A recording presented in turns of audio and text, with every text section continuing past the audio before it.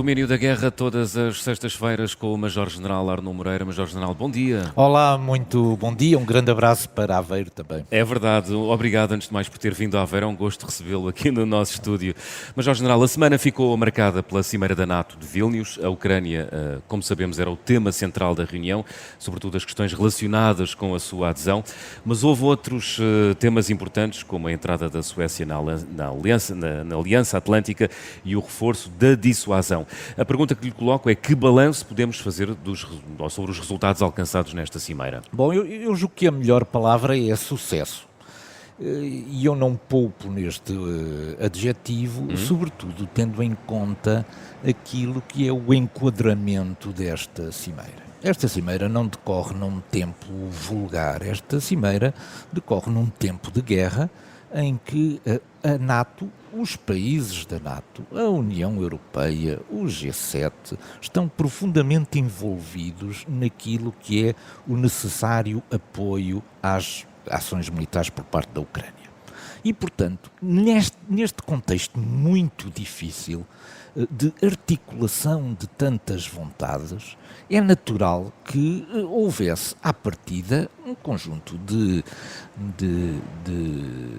dúvidas sobre a forma como a NATO seria capaz de se manter unida em face daquilo que eram todas estas expectativas e todas estas tensões existentes.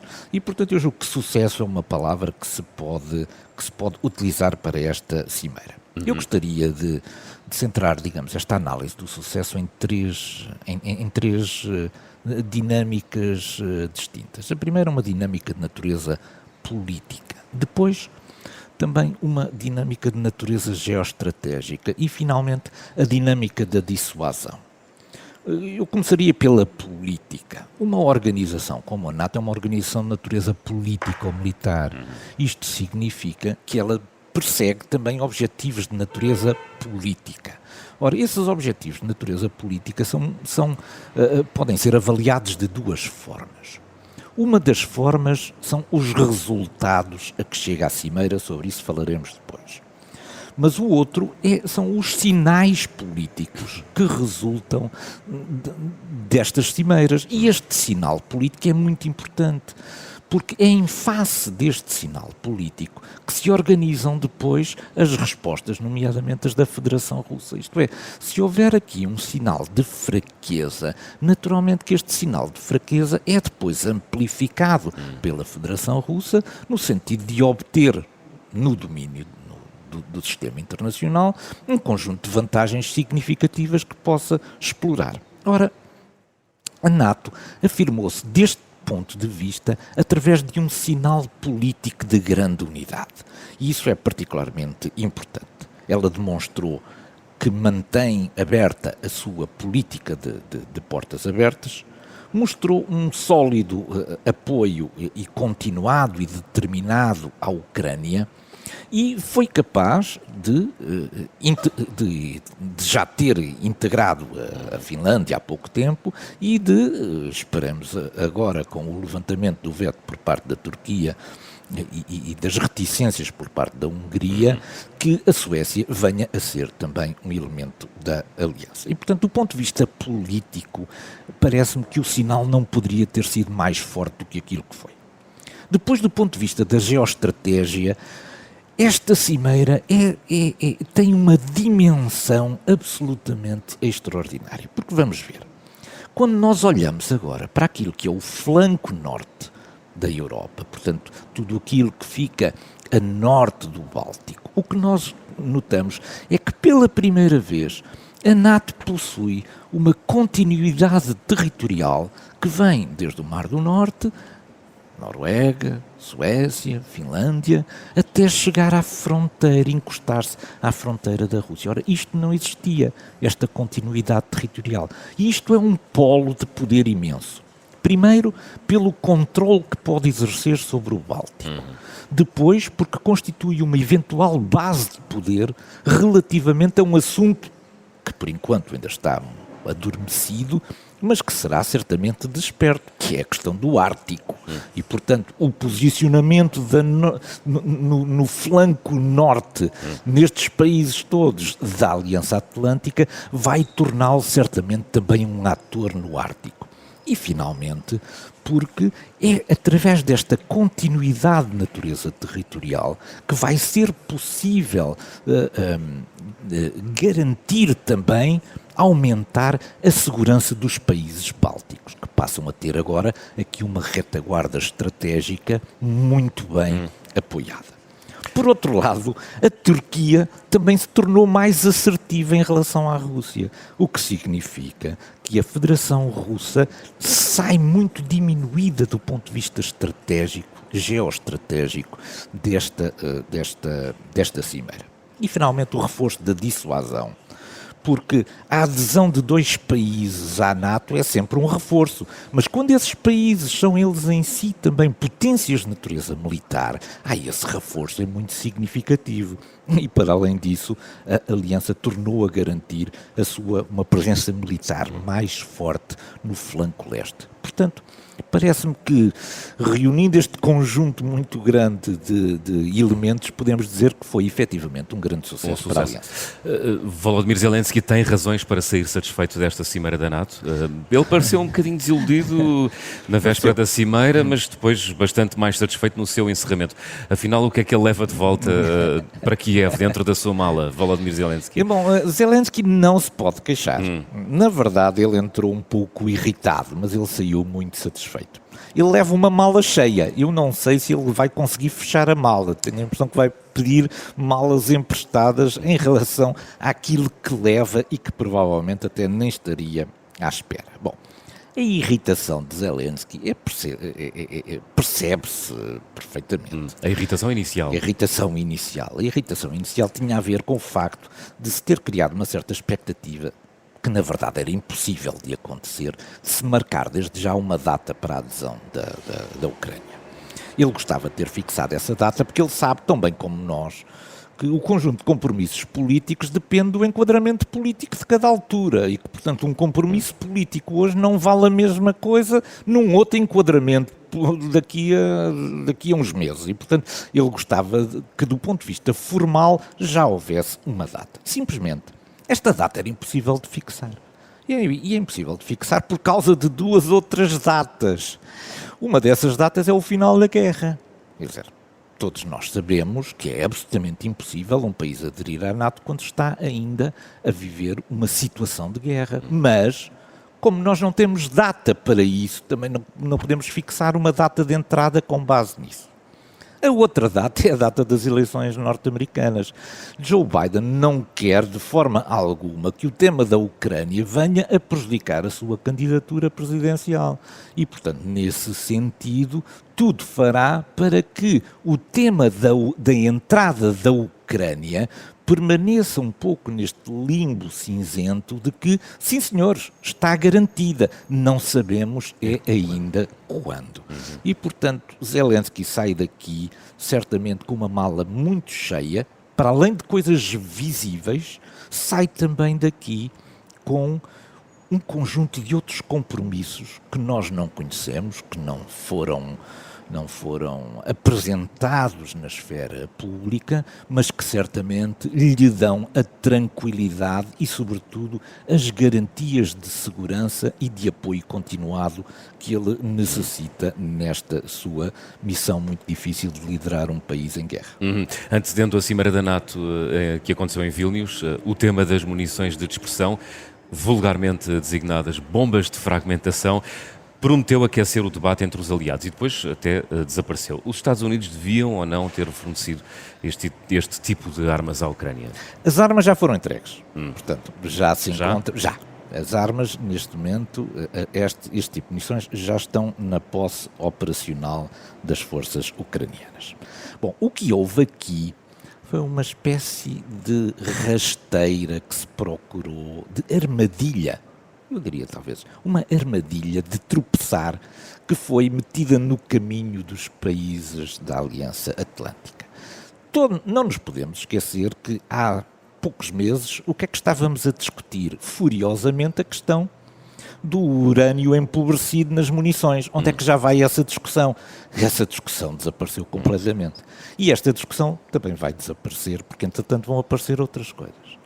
Bom, sobre estas munições de dispersão, há aqui dois aspectos que são fundamentais para podermos compreender esta opção. O primeiro é, efetivamente, há muitos países que se opõem a este tipo de emprego de armas. Este tipo de emprego de armas, basicamente, é uma espécie de uma granada de artilharia que leva dentro um conjunto de outras pequenas bombas e que, antes de chegar ao alvo, liberta essas bombas e, portanto, constitui-se aqui uma espécie de um tapete de pequenas bombas, com um problema, é que algumas dessas bombas não vão explodir e, portanto, vão continuar a contaminar e eventualmente a estarem preparadas para um dia explodirem numa situação já não de guerra, mas numa situação de paz. E, portanto, do ponto de vista do emprego, é natural que haja muitas reservas por parte de muitos países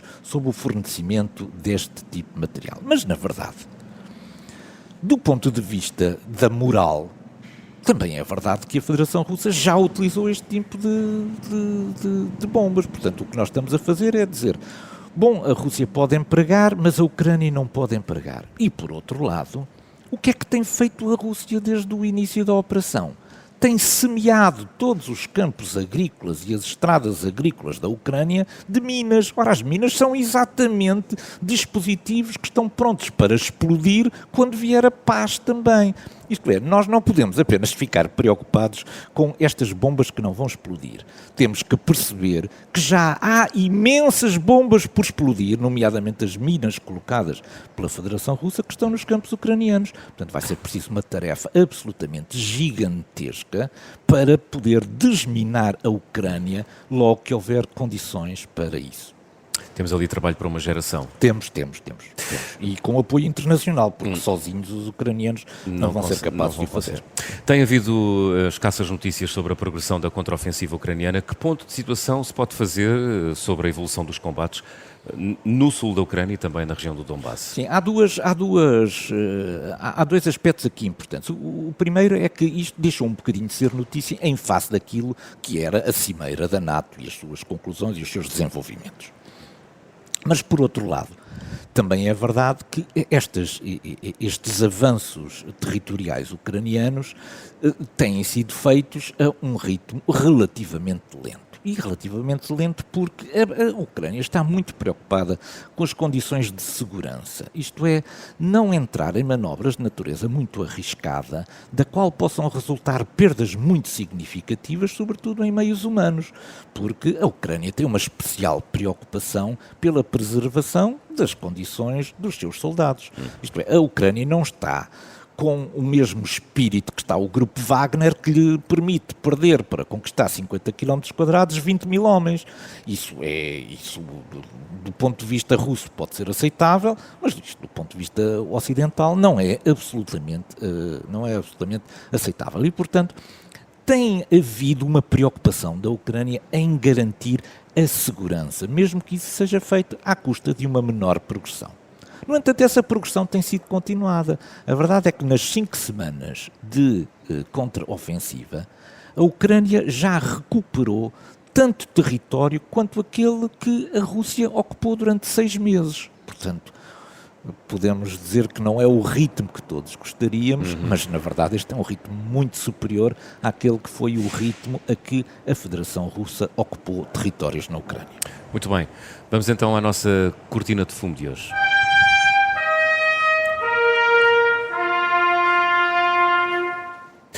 Vimos nos últimos programas como a Federação Russa estava a esconder do público as concessões que tinha feito ao grupo Wagner. Esta semana descobrimos que Prigozhin e Putin se tinham reunido depois da rebelião. Afinal, que cortina de fumo nos anda a lançar o Kremlin, Sr. Major-General? O mistério adensa-se. Nós já tínhamos levantado esta questão aqui há bastante tempo, de que aquilo que tinha sido prometido a Prigozhin para ele abandonar a sua marcha para Moscou, entretanto o Kremlin mudou de linguagem. Já não houve aqui uma rebelião. O que houve foi uma marcha sobre Moscou.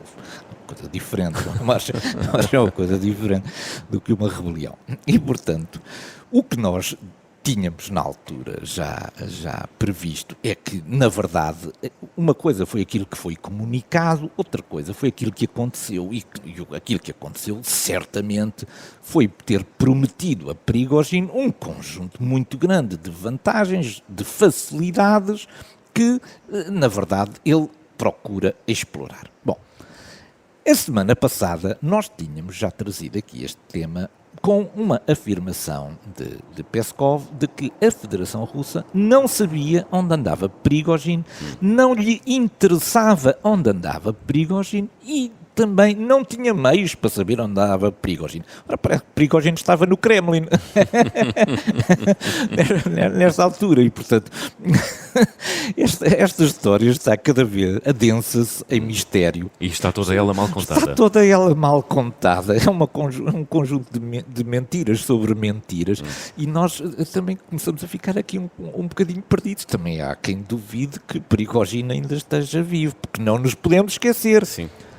Putin tinha uma faca espetada nas costas, foi ele que o disse.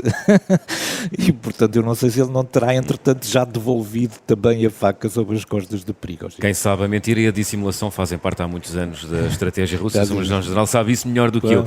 Vamos ao ponto de mira.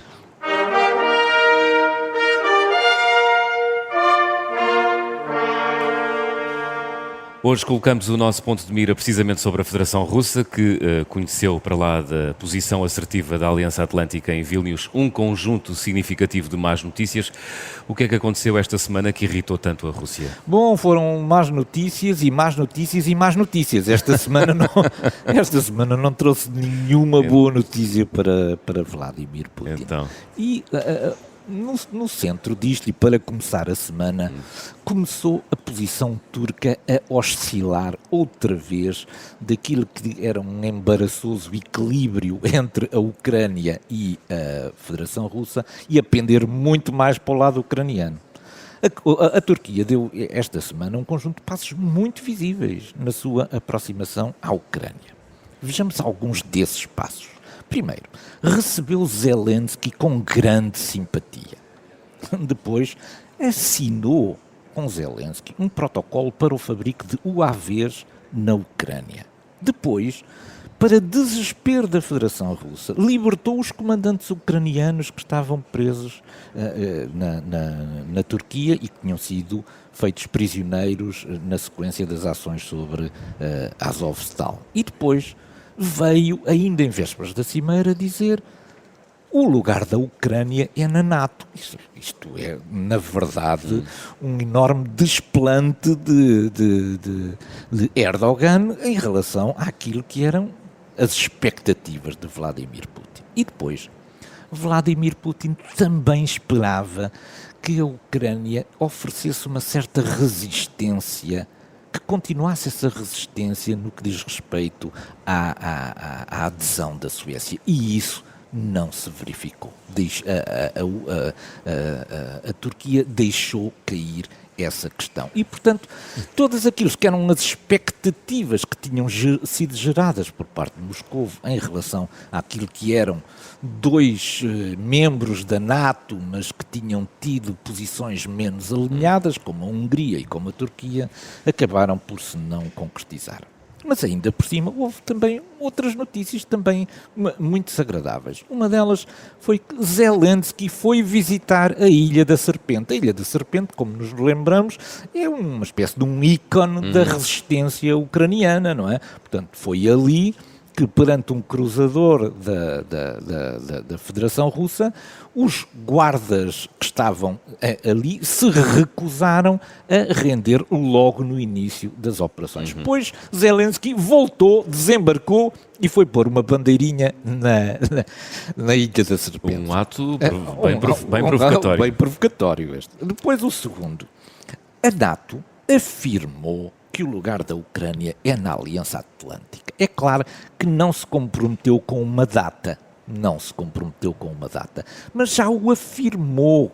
E o afirmou por múltiplas vozes, desde o secretário-geral a cada um dos grandes líderes que esteve presente. O lugar da NATO, o lugar da Ucrânia é na NATO. E, na verdade, ele leva uma mão cheia de coisas para Kiev, nomeadamente a questão desta nova instituição, desta nova organização, que é o Conselho Ucrânia-NATO, e que lhe dá poder de convocar os aliados da NATO para discutir assuntos do seu interesse. E, portanto, para além daquilo que foram os mísseis franceses Scalp prometidos, daquilo que foram mais baterias Patriot mísseis, etc., Zelensky levou imensa coisa com ele.